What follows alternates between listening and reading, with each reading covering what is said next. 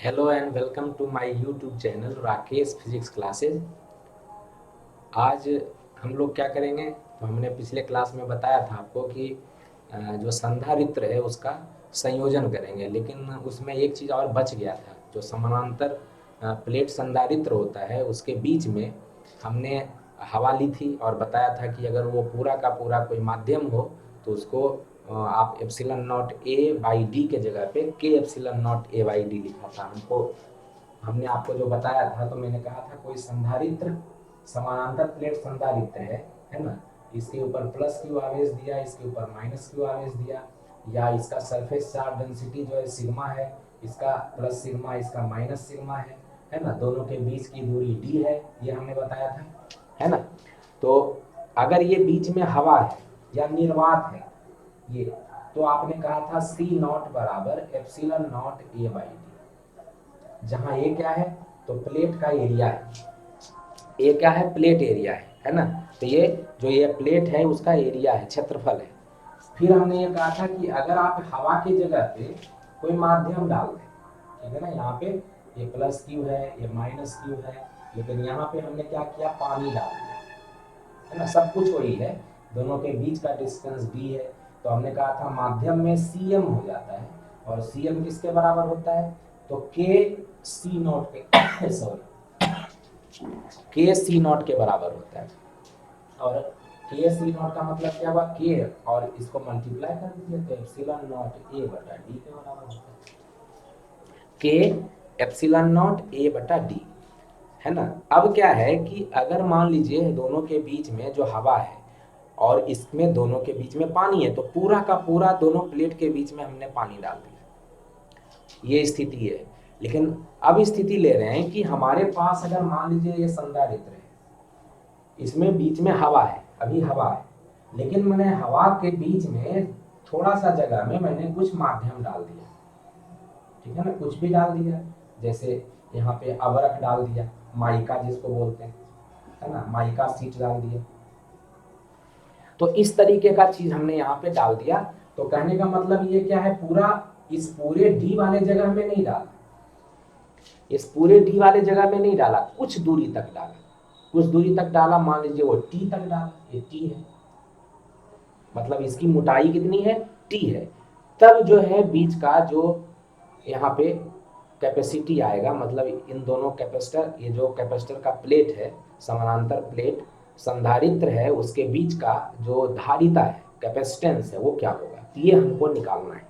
तो अभी जो हम लोग निकालेंगे वो क्या निकालेंगे कि समानांतर प्लेट संधारित्र की धारिता जब उनके प्लेटों के बीच क्या रखा गया है, तो एक परावैद्युतांक स्लैब रखा गया है, ठीक है ना। समांतर प्लेट संधारित्र की धारिता जिनके प्लेटों के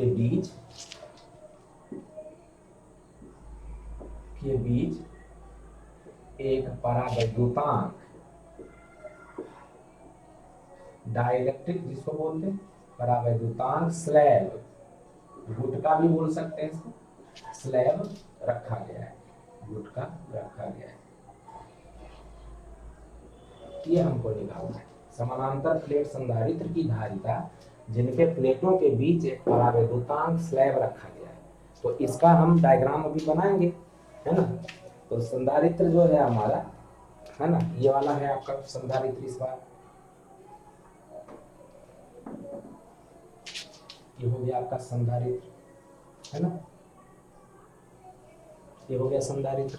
अब इसको हम इसके इसके अंदर क्या कर रहे हैं कि ये पहले पूरा हवा है, और हवा के बीच में हम क्या कर रहे हैं, टी थिकनेस का, ठीक है ना, इसका जो थिकनेस है वो टी है, मतलब मोटाई टी है। पहले दोनों के बीच का जो डिस्टेंस था ये वाला, वो डी है ना। अब हमने टी थिकनेस का एक क्या कर दिया, इसके अंदर परावैद्युतांक, जो कोई माध्यम है ना, कोई भी माध्यम है उसका परावैद्युतांक के है, उसको रख दिया, तो इसका परावैद्युतांक के, ठीक है ना। और ये वाला जो है वो हवा ही है, मतलब यहाँ पे आप कह सकते हो ये हवा है, अभी ये भी हवा है, ये कोई माध्यम हो गया। इसका इसके ऊपर चार्ज आपने प्लस क्यू दिया है, इसके ऊपर चार्ज माइनस क्यू दिया है।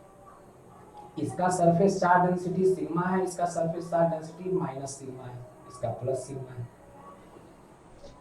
ठीक है, तब हमें निकालना है कि इसके बीच जो इसकी धारिता होगी वो क्या होगी, मतलब अब जो है समानांतर प्लेट संधारित्र की धारिता क्या होगी। ठीक है ना, ये ध्यान रखना है। जब इसके बीच में हमने एक स्लैब डाल दिया जिसकी मोटाई टी है ना, तो मान लेते हैं कि ये प्लेट जो है आपका एक्स वाई है ना, तो लिख लेते हैं माना कि एक्स बाय एक, माना कि एक्स वाई समानांतर प्लेट संधारित्र, समांतर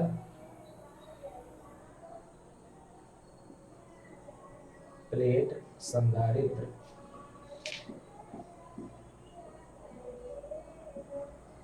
संधारित्र के प्लेट हैं जिनका पृष्ठ आवेश घनत्व क्रमशः प्लस सिग्मा एवं माइनस सिग्मा है। देयरफॉर सिग्मा बराबर चार्ज बटा एरिया होता है। तो आपने ए क्या है, तो प्लेट का क्षेत्रफल है, और क्यू क्या है, तो प्लेट पर कुल आवेश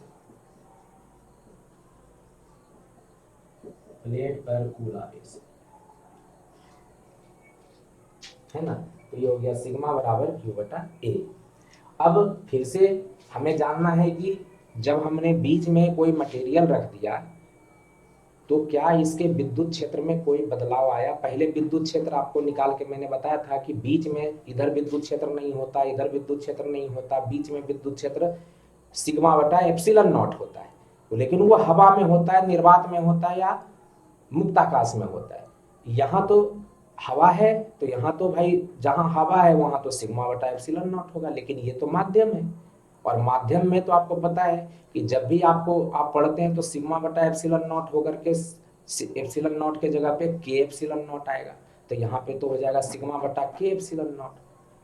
और वैसे भी आप पढ़ते हैं कि जो विद्युत क्षेत्र होता है किसी भी आवेश के चलते वो क्या होता है, तो 1/4 पाई एप्सिलॉन नॉट क्यू बटा आर स्क्वायर, कहाँ पे, निर्वात में। लेकिन अगर कोई भी मान लीजिए ये आवेश है, आपको इस तरीके से बताते हैं कि अगर मान लीजिए वहाँ कोई आवेश है, यहाँ के चलते आप यहाँ पे विद्युत क्षेत्र निकालते हैं ई, तो ई का मान आर दूरी पर आप बोलते हैं 1/4 पाई एप्सिलॉन नॉट क्यू बटा आर स्क्वायर। कब बोलते हैं, जब ये निर्वात में स्थित होता है। लेकिन जब आपका ये वाला जो बिंदु है वो माध्यम में स्थित होता है, तो आप कहते हैं माध्यम में जब ये निर्वात में है तब बोलते हैं, तो मान लेते हैं उसको ई नॉट बोल देते हैं। और जब ये माध्यम में होता है ई एम बोलते हैं, तो क्या लिखते हैं 1/4 पाई एप्सिलॉन नॉट के लिखते हैं, एप्सिलॉन नॉट के क्यू बटा आर स्क्वायर। तो दिख रहा है आपको कि ई नॉट जो है ये इतना है, और ये जो है नीचे में के है, इसका मतलब माध्यम के अंदर इसकी अपेक्षा जो विद्युत क्षेत्र है कम हो जाती है, के नीचे है तो कम हो जाएगी। दोनों को भाग देकर देखिएगा तो ई एम बराबर ई नॉट बाई के आएगा, आप यहाँ से देख सकते हैं। तो ई एम है ना, ई एम बटा ई नॉट कर देते हैं, तो देखिए क्या आता है, ई एम बटा ई नॉट क्या हो जाएगा, ई नॉट का मान है 1/4 पाई एप्सिलॉन नॉट के क्यू बटा आर स्क्वायर, और ये हो गया 1/4 पाई एप्सिलॉन नॉट क्यू बटा आर स्क्वायर। देखिए कट जाएगा क्या क्या, 1/4 पाई एप्सिलॉन नॉट कट गया, क्यू बटा आर स्क्वायर कट गया, ऊपर में बचा 1/k, दिख रहा है आपको 1/k, ऊपर 1 है नीचे k, तो ये आया क्या, ई एम बटा ई नॉट बराबर 1/k, कोना कोनी गुना कर दीजिए तो क्या हो गया, ई नॉट, या ऐसे भी कर सकते हैं, ई नॉट को यहाँ कर दीजिए तो ई एम बराबर ई नॉट बटा के। क्या दिख रहा है आपको कि जो हवा में जो विद्युत क्षेत्र था उसमें के से भाग पड़ जाता है, मतलब यहाँ पे जो विद्युत क्षेत्र होता है वो के से, मतलब हवा में जो विद्युत क्षेत्र है, ये वाला विद्युत क्षेत्र जो हवा में है वो कितना है, तो ई नॉट है। यहाँ पे विद्युत क्षेत्र कितना है, तो ई नॉट है। और यहाँ पे जो विद्युत क्षेत्र है वो कितना है, तो ई है। और ई किसके बराबर है, तो ये ई नॉट बटा के बराबर है। ये समझना है कि आपका जो वैल्यू है ई बराबर जो विद्युत क्षेत्र है इसके अंदर, वो विद्युत क्षेत्र उसी दिशा में होता है जिस दिशा में बाहरी विद्युत क्षेत्र ये जो आपका है हवा में, लेकिन वो जो विद्युत क्षेत्र, क्योंकि प्लस से माइनस की दिशा में विद्युत क्षेत्र है तो उधर ही है, तो प्लस से माइनस की दिशा में विद्युत क्षेत्र होता है, ठीक है ना। और क्यों होता है वो हम आगे चल करके बताएंगे, क्योंकि ऐसे आपको पता है कि ये प्लस है तो इसका इलेक्ट्रॉन जो है उसको यहाँ पे ले आएगा, है ना, यहाँ पे, लेकिन इसके अंदर मॉलिक्यूल होता है तो यहाँ पे माइनस वाला आ जाता है, यहाँ पे प्लस वाला आता है, तो प्लस से माइनस की दिशा में एक विद्युत क्षेत्र पैदा हो जाता है उल्टा, लेकिन वो इधर वाले विद्युत क्षेत्र से कम होता है, इसलिए इस दिशा में एक विद्युत क्षेत्र हो जाता है। तो आपको उतना भी नहीं ध्यान देना, आपको ये ध्यान देना है कि इसके अंदर भी विद्युत क्षेत्र इसी दिशा में होता है, लेकिन घटा हुआ होता है। कितना घटा हुआ होता है, तो ये जो हवा में है उसका के से भाग दे देते हैं, मतलब हवा में जो होता है उसको के से भाग क्यों देते हैं, तो के जो आपका परावैद्युतांक है उसका मान होता है, मतलब माध्यम का परावैद्युतांक से उसको भाग दे देते हैं। विद्युत क्षेत्र इसके अंदर कम होता है हवा की अपेक्षा, हमने आपको यहाँ पे देखिए भाग दे करके दिखा दिया कि कम होता है। तो ये हमको लिखना नहीं है, लेकिन हमने आपको बताया कि ये कम होता है।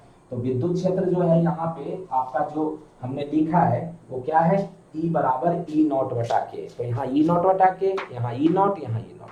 अब हमें अगर ये विद्युत क्षेत्र पता चल गया तो विभव निकल जाएगा, विभव निकल गया तो Q बटा V क्या होता है, धारिता होती है, तो निकल जाएगा। तो ये इसके बाद हम लोग क्या करेंगे कि विद्युत क्षेत्र के बारे में लिखेंगे, देयरफॉर विद्युत क्षेत्र क्या होगी, और हमने जो स्लैब रखा है उसके बारे में अभी जिक्र नहीं किया है, तो स्लैब के बारे में भी जिक्र करेंगे, ठीक है ना। दोनों प्लेट के बीच का जो दूरी है d है, तो लिखेंगे माना कि दोनों प्लेट के बीच की दूरी, माना कि दोनों प्लेटों के बीच की दूरी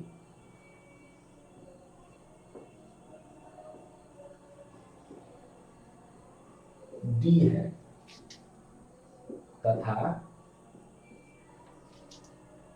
परावैद्युतांक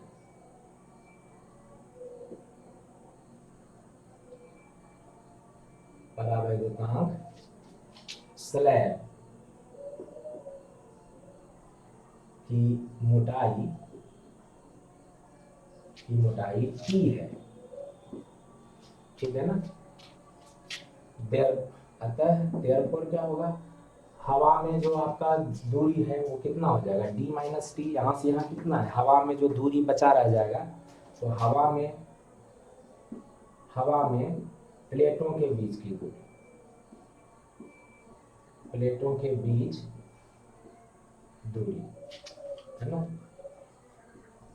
क्या हो जाएगा, d टोटल था, उसमें t हमने भर दिया, कुछ से भर दिया, मेटल डाल दिया, मतलब इसके अंदर हवा था, उसके अंदर पानी डाल दिया, अल्कोहल डाल दिया, तेल डाल दिया, माइका डाल दिया, अबरक जिसको बोलते हैं, कुछ भी डाल दिया, तो वो जो है टी है मोटाई, तो बाकी जो बच गया यहाँ से यहाँ डी था उसमें टी चला जाएगा, तो डी माइनस टी बचेगा, तो यहाँ से यहाँ और यहाँ से यहाँ ये डी माइनस टी के बराबर होगा, ठीक है ना।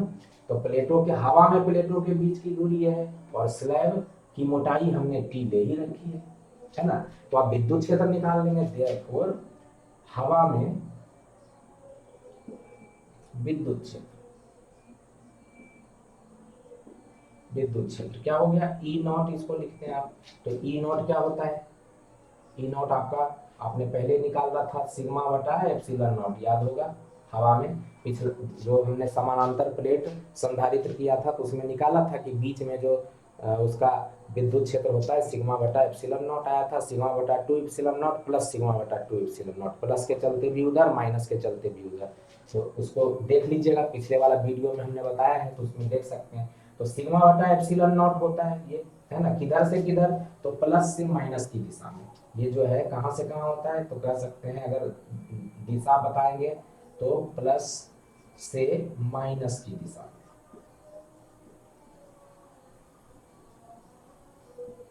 ये हो गया, ठीक ना। तो ये हो गया हवा में। फिर आपका जो है माध्यम में, माध्यम का मतलब जो परावैद्युतांक है ना, तो माध्यम में, माध्यम का मतलब जिसका के डाइलेक्ट्रिक कांस्टेंट है, तो परावैद्युतांक के, तो माध्यम में विद्युत क्षेत्र, माध्यम में विद्युत क्षेत्र क्या होगा, तो उसको हम ई एम लिख लेते हैं। और ई एम क्या होगा, तो आपने पढ़ रखा है ई एम क्या होगा, तो ई नॉट बटा के होगा। और ई नॉट बटा के का मतलब ई नॉट जिधर है उधर ही होगा, तो सिग्मा बटा के एप्सिलॉन नॉट होगा, किधर, तो वही प्लस से माइनस की दिशा। अब हमारा विद्युत क्षेत्र दोनों जगह पता चल गया, यहाँ भी पता चल गया और यहाँ भी पता चल गया, यहाँ तो हवा है तो पता चल ही गया। मतलब क्या है, हमें पता है कि विद्युत क्षेत्र को दूरी से गुना कर दें। ये विद्युत क्षेत्र जो ई नॉट है डी माइनस टी तक है, डी माइनस टी हवा में, और ये वाला जो विद्युत क्षेत्र है वो कहाँ है, तो टी दूरी में है ना। ये हवा में प्लेटों के बीच की दूरी, ये हवा में विद्युत क्षेत्र, और माध्यम में, माध्यम जो है आपका क्या है, टी थिकनेस तक है, टी मोटाई तक है। तो अब हम क्या करेंगे, दोनों प्लेटों के बीच जो विभवांतर होगा उसको निकाल लेंगे, विद्युत विभवांतर। तो लिखेंगे देयरफॉर, देयरफॉर दोनों प्लेटों के बीच,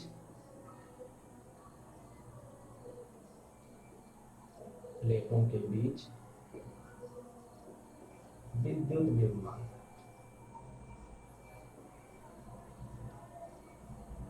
विद्युत विभवांतर क्या हो जाएगा, V बराबर, तो हम जानते हैं कि विद्युत क्षेत्र जो होता है जितनी मोटाई में होता है, विद्युत क्षेत्र ये वाला और ये वाला ई नॉट डी माइनस टी तक है, तो डी माइनस टी से इसको मल्टीप्लाई कर देंगे। आपने पढ़ा है ना ई बराबर, अगर ध्यान हो तो पिछले वीडियो में हमने बताया था ई बराबर माइनस डी वी बटा डी आर। इसको मैग्नीट्यूड वाइज लीजिएगा तो ये डी वी मतलब विभवांतर, और डी वी मतलब विभवांतर, और डी आर मतलब दूरी, तो दूरी डी लिख सकते हैं। तो दिख रहा है आपको भी ई बराबर भी बटा डी है ना। अब भी बराबर ई गुना डी, वही कर रहे हैं हम, भी बराबर ई गुना डी, देखिए भी बराबर ई गुना डी। तो ई नॉट कहाँ तक है, डी माइनस डी तक, प्लस दूसरा जो है आपका यहाँ तक ई जो है, ई है ना, जिसको हमने ई एम कहा है, तो यहाँ पे आप ई एम भी लिख सकते हैं है ना। तो ई एम हमने यहाँ लिख दिया है, तो ई एम कहाँ तक है भाई, तो इंटू टी तक है ना। तो ये हो गया आपका v बराबर ई नॉट का वैल्यू कितना, सिग्मा बटा epsilon naught D minus T, plus E M का वैल्यू कितना, तो ई नॉट बटा के मतलब सिग्मा बटा के एप्सिलॉन नॉट इंटू टी, ये हो गया। अब v की वैल्यू आ गई है ना, तो आपको पता है कि आपका जो कैपेसिटेंस है वो निकल जाएगा, Q बटा V होता है। देयरफॉर क्या लिखेंगे, संधारित्र की धारिता, संधारित्र की धारिता, संधारित्र की धारिता C बराबर Q बटा V होता है। और Q बराबर आपने क्या पढ़ा था, तो Q बराबर आपने पढ़ा है सिग्मा इंटू ए, आपने ये पढ़ा था ना, since sigma is equal to Q बटा ए, तो यहाँ से क्या हो गया, Q बराबर सिग्मा ए। तो इसको वैल्यू को यहाँ रख देते हैं, Q बराबर क्या हो जाएगा, सिग्मा इंटू ए, अब बटा V बराबर क्या होगा, तो सिग्मा बटा epsilon naught D minus T, plus sigma बटा के एप्सिलॉन नॉट इंटू टी, है ना। अब देख लीजिए जरा, इसको सोल्व कर लेते हैं, तो C बराबर सिग्मा ए बटा, सिग्मा बटा एप्सिलॉन नॉट दोनों में कॉमन है, सिग्मा बटा एप्सिलॉन नॉट, सिग्मा बटा एप्सिलॉन नॉट, तो यहाँ बच गया D minus T, D minus T, plus sigma बटा एप्सिलॉन नॉट है टी बटा के बच गया, प्लस टी बटा के, ये बच गया है ना। अब इसको अगर मेन लाइन जो है आपका, मतलब ये गुना में बदलिएगा, तो ये तो सिग्मा गुना ये है बटा ये है, तो ये बटा वाला ऊपर चला जाएगा, ये गुना वाला रह जाएगा नीचे, तो नीचे रखेंगे इसको, है ना। कैसे करेंगे, C बराबर सिग्मा ए, और इसको गुना कर रहे हैं, ये बटा जो है इसको गुना कर रहे हैं, गुना करिएगा तो देख लीजिए सिग्मा गुना ये है, तो सिग्मा गुना ये तो रह जाएगा नीचे ही रहेगा, सिग्मा गुना D minus T plus T बटा के, ये तो नीचे रह जाएगा, और उसके बटा में जो है एप्सिलॉन नॉट वो ऊपर चला जाएगा, तो सिग्मा से सिग्मा कैंसिल हो गया, क्या आया, सी बराबर एप्सिलॉन नॉट ए बटा डी माइनस टी, है ना, प्लस टी बटा टी। ये आपका आता है जब उसके अंदर आप स्लैब रखते हैं तब, ठीक है ना। और स्लैब रखते हैं तो कैपेसिटी क्या हो जाएगी, तो ये तो के का वैल्यू जो है आपको पता है 1 से ग्रेटर होता है। 1 से ग्रेटर होने का मतलब क्या है, 1 से ग्रेटर होने का मतलब के की वैल्यू 1 से ज़्यादा होगी किसी भी माध्यम के लिए। के का वैल्यू हवा के लिए भी 1.003 होता है, लेकिन हम ले लेते हैं 1। तो हवा के लिए भी तो के का वैल्यू 1 से ग्रेटर है, तो टी में भाग दीजिएगा के का वैल्यू। बाकी सारे माध्यम के लिए के का वैल्यू बड़ा होता है, तो ये वाली वैल्यू तो टी से छोटी हो जाएगी। टी से छोटी होगी तो डी माइनस डी में इसको ऐड करिएगा, है ना, या ये कह सकते हैं, इसको छोड़िए डी को, ये माइनस टी है और ये प्लस टी नहीं है। अगर के की वैल्यू 1 रहता तब ये होता माइनस टी प्लस टी।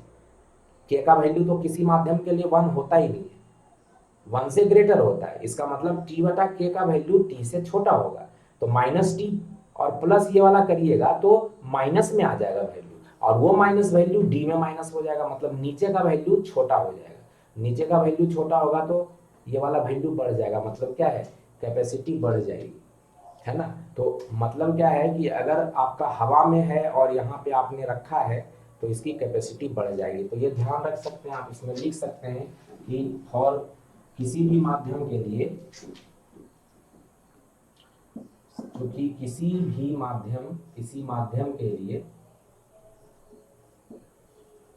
माध्यम के लिए क्या होता है भाई, तो के ग्रेटर देन 1 होता है। देयरफॉर क्या हो गया, टी, है ना, टी जो होगा वो टी बटा के से बड़ा हो जाएगा, क्योंकि टी में के से भाग देना और के का वैल्यू 1 से ग्रेटर है ना। तो इसका मतलब ये हो गया टी का वैल्यू बड़ा हो जाएगा टी बटा के से। अब यहाँ माइनस है, इसका मतलब ये है कि अगर आप यहाँ पे वैल्यू करिएगा, इसको डी प्लस करिएगा, है ना, माइनस अगर लगाइएगा तो माइनस टी की वैल्यू इससे माइनस में, तो यहाँ से दिख रहा है आपको कि देयरफॉर क्या हो जाएगा, ये वाली जो वैल्यू है माइनस टी प्लस टी के, ये वाली वैल्यू दिख रहा है आपको छोटा है, therefore minus T plus T Y के, ये वाला छोटा है, ये वाला बड़ा है। टी में माइनस में रहेगा तो ये लेस देन 0 आएगा, नेगेटिव आएगा, है ना। ये माइनस है, ये प्लस है, इसका मतलब ये वैल्यू, ये माइनस है, माइनस में ये बड़ा है, मतलब कह सकते हैं संख्या वाइज ये बड़ा है, ये छोटा है, क्योंकि हमने यहाँ बता दिया आपको कि ये बड़ा है। अब इसमें माइनस करिएगा तो ये वाली वैल्यू बड़ा है तो माइनस आएगा, तो माइनस का मतलब लेस देन 0, तो लेस देन 0 माइनस आ रहा है तो डी में माइनस कर देगा ना, ये आएगा। इसका मतलब ये है कि डी में माइनस करिएगा, D minus T plus T Y के करिएगा तो ये डी से छोटा हो जाएगा, और ये डी से छोटा नीचे हो रहा है, इसका मतलब नीचे वाली वैल्यू जितनी छोटी होगी वो आपको पता है हर के अंदर है, तो सी की वैल्यू उतनी बढ़ जाएगी। तो यहाँ लिखेंगे देयरफॉर क्या, धारिता जो है वो बढ़ जाती है ना, अतः धारिता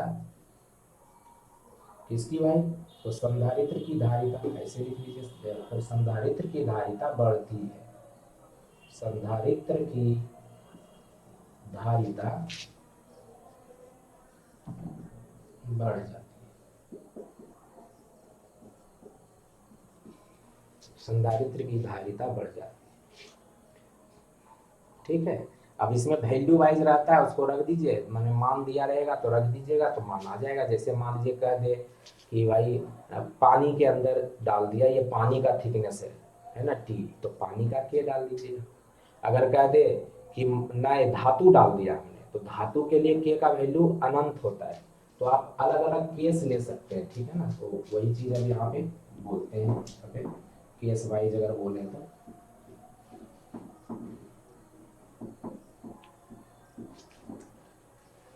केस 1 है, मतलब स्थिति 1 कह लीजिए, यदि प्लेटों के बीच के पूरे स्थान को, यदि प्लेटों के बीच के, है ना, प्लेटों के बीच के पूरे स्थान को माध्यम से भर दिया जाए, माध्यम से भर दिया जाए, माध्यम से भर दिया जाए। अब माध्यम से भर दीजिएगा अगर पूरे में, तो इसका मतलब क्या हो गया, टी जो है वो पूरे में आ गया ना, तो टी बराबर डी हो जाएगा। नहीं, आप क्या कह रहे हैं, माध्यम से भर दिया जाए, मतलब अब जो है पूरा माध्यम से भरा गया। तो पहले तो टी था यहाँ से, अब पूरे में भर दिया तो डी हो गया, मतलब ये टी बराबर डी हो गया। अब इसमें रख दीजिए, देयरफॉर सी माध्यम बराबर एप्सिलॉन नॉट ए बटा डी माइनस टी, टी तो डी के बराबर हो गया, अब प्लस डी बटा के टी, ये वाला देखिए D minus T, T D के बराबर हो गया और ये भी डी के बराबर हो गया, तो डी से डी कट गया, क्या आ रहा है सी माध्यम, तो एप्सिलॉन नॉट ए बटा डी, अब बटा के है तो के ऊपर चला जाएगा, तो हो गया के एप्सिलॉन नॉट ए बटा डी। यही निकाला था आपने समानांतर प्लेट में, है ना, कि जो माध्यम अगर होगा तो के epsilon naught A by D, अगर हवा होगा तो epsilon naught A by D. तो यहाँ से दिख रहा है एक कंडीशन इसका है। दूसरा, अगर मैं उसको जो माध्यम है उसको मैं किसी धातु का रख दूं,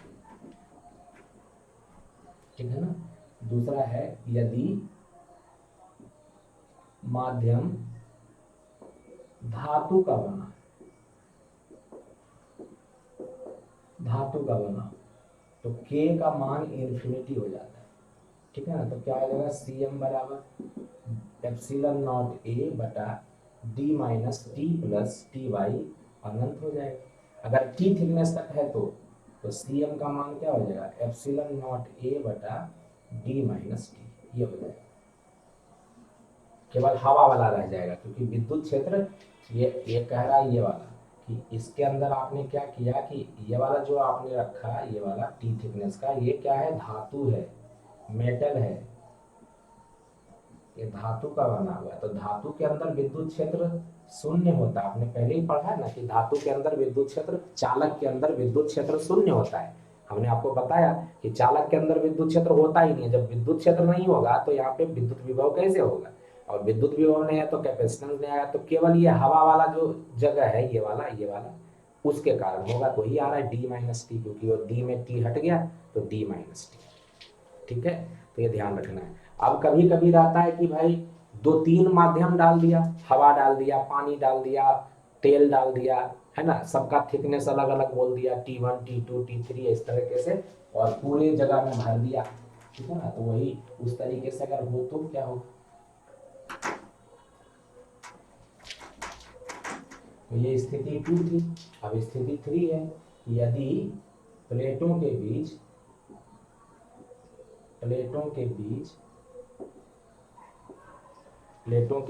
T1 T2 T3, प्लेटों के बीच T1 T2 T3 इस तरीके से मोटाई का,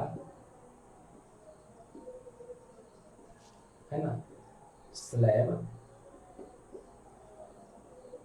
जिसका परावैद्युतांक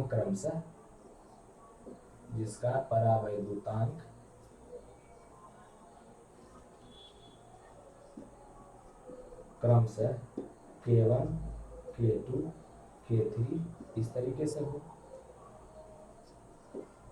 तो CM क्या हो जाएगा माध्यम में।